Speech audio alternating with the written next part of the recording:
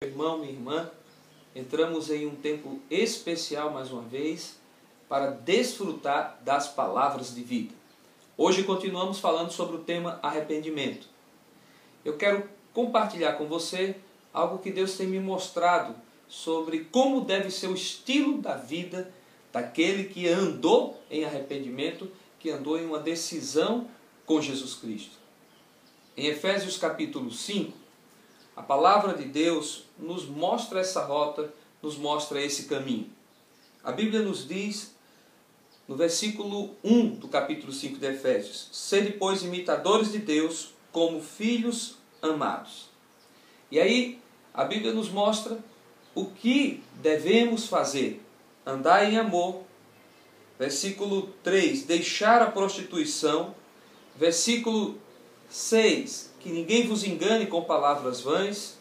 E versículo 11, não se comunique, não se aliancie com as obras infrutuosas das trevas.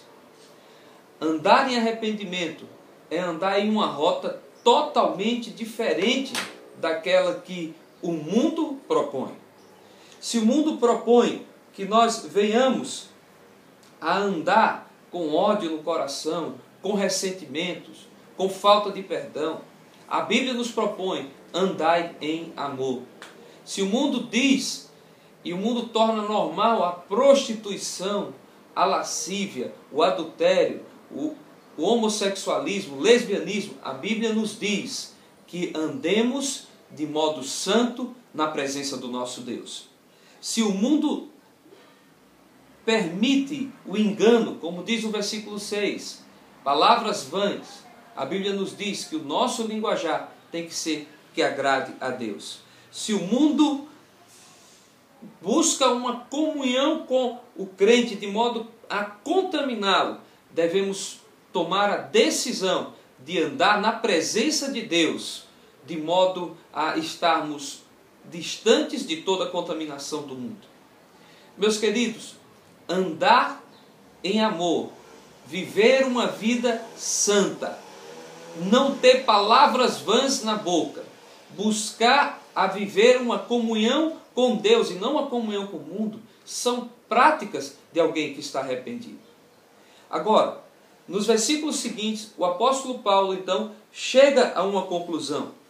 Se você acompanhar aí na sua Bíblia, no versículo 15, Efésios 5,15, diz assim: portanto, ou seja, concluindo que o modo de viver e o modo de agir de um crente é outro, ele diz aqui: portanto, vede prudentemente como andais, não como nécios, mas como sábios.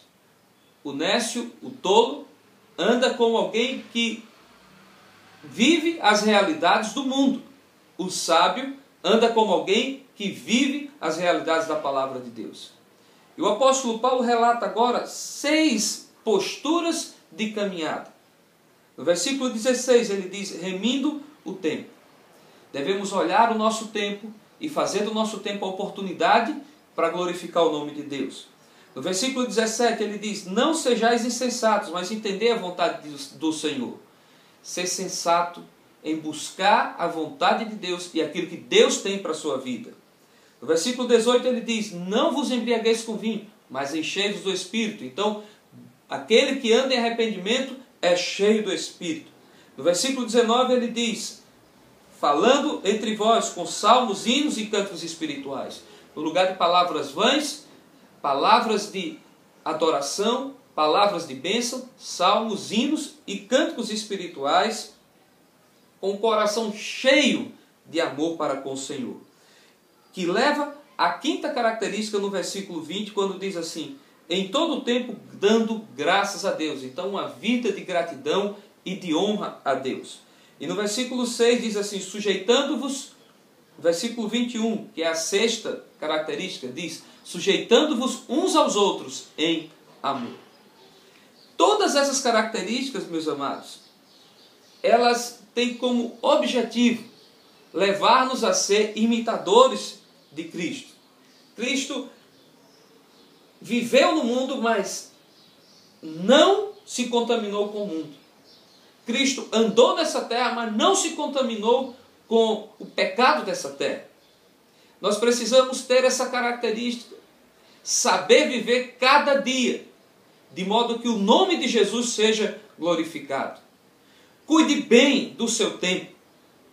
Cuide bem da sua vida.